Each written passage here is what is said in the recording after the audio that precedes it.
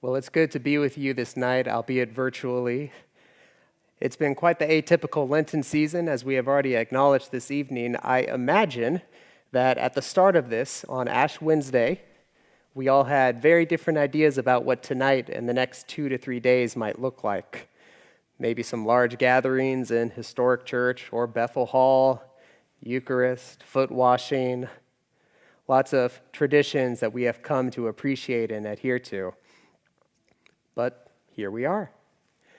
Maybe you're just around a kitchen table with only a few family members or roommates at the most, or a side living room or a guest bedroom. No Eucharist tonight, no foot washing, at least not on our end. We're washing our own hands tonight to follow social distancing practices.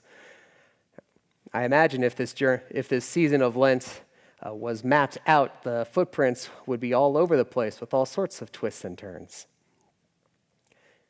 There's been at least one common thread throughout this, at least within the church here, and that has been a steady stream of readings from the Gospel of John.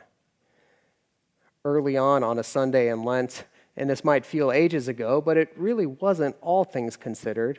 We heard a long reading from John where Jesus interacted with an unnamed woman at the well. A little while after that, we heard a long reading from John where Jesus gave sight to a man who was born blind. And the very next week, we heard a long reading from John where Jesus raised Lazarus from the dead. And then just now, we heard a long and a good reading from John where Jesus is with his disciples for the last meal, consisting of fellowship, foot washing, and later on in the gospel, teaching. Now, if we give ourselves permission to slow down, breathe, and really think about what we just heard, we might notice a few things. For one, that room that they gathered in was not a cathedral-esque historic church building or a large religious hall of any sort. To the contrary, the other three Gospels tell us that it was an upper room of a person's personal residence.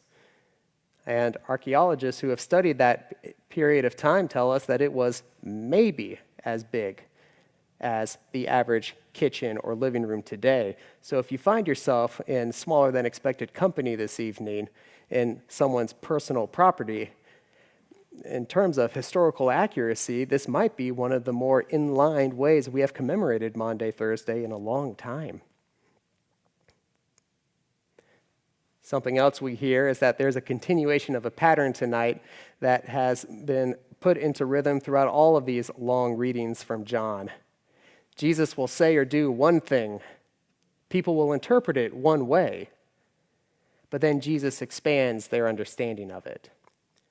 How the person or people interpreted it might not be wrong, it's just not the whole meaning to it. It happened with the woman at the well. It happened with the parents and the Pharisees who watched the man who had been born blind. It happened with those who watched Jesus raise Lazarus from the dead. And it happened to us tonight. The gospel breaks the fourth wall and invites us in to occupy that role. Because at that opening verse, we heard it said that Jesus, having loved his own who were in the world, loved them to the end. To the end. A phrase that our modern ears might associate with time. Jesus is near the chronological end of his time on earth, and he continued to love right till that last moment. There's quite a bit of richness in that already, but that's not the whole meaning there.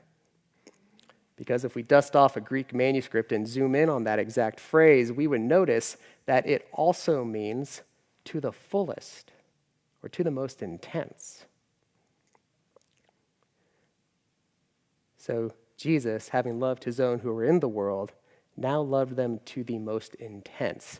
This is the setting for the fullest display of the love of God in Christ in the Gospel of John thus far. It doesn't start 2 to 3 days from now. It starts tonight in a small private room with not much company.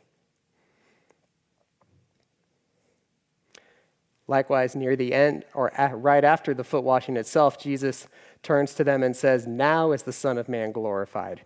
Not soon the Son of Man will be glorified, but now. It's almost as if he's saying, be focused in this moment. Don't miss the love that is permeating this time and this place.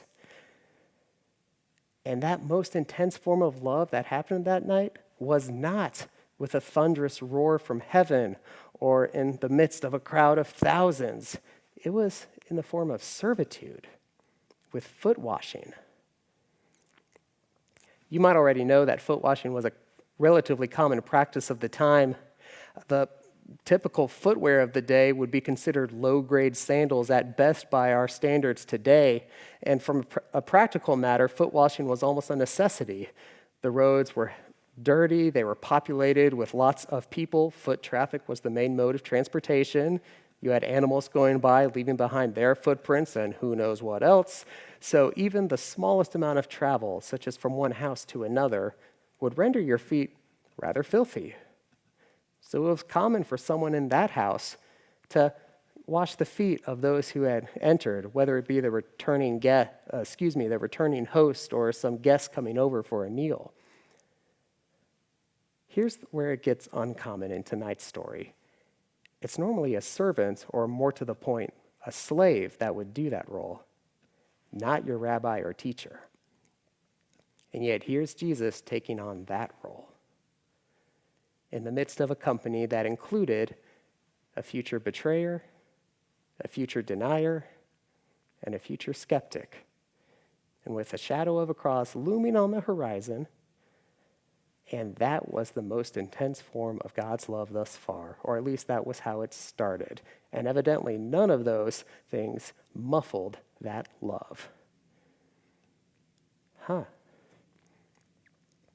I wonder if we pay attention, we might notice that sort of love permeating our life today. Our figurative footprints on this Lenten journey have led us to some unexpected places, but such was the case as well for the disciples who had been following Jesus up to this point. And they had intense love around them, even if they didn't fully acknowledge it at the start. You heard the command from Jesus that now that he has washed feet, we are to wash one another's feet in the same way. And that's not happening for us on this side of the camera tonight. Maybe you'll be able to do that, maybe not, and that's fine. But consider this for a second.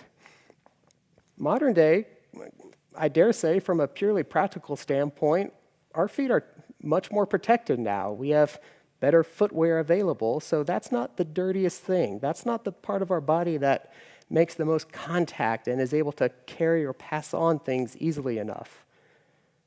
What's the part of our body today that is more likely to pick up germs or dirt or disease or who knows what else? Over the past couple of weeks, I imagine you, like us, have been a little more acutely aware of the need to wash your own hands and to practice things such as social distancing. Would you believe that that is in a very concrete way carrying out the command to wash one another's feet or to love one another as Christ loved us? God's love, as made manifest in Christ, has permeated itself throughout the disciples' journey and throughout our own journey, even to this very moment. And the question is, can we continue to follow these footprints of God, ones that are etched in love and can lead to all sorts of twists and turns on the way? Can we see where this love takes us, wherever it might go?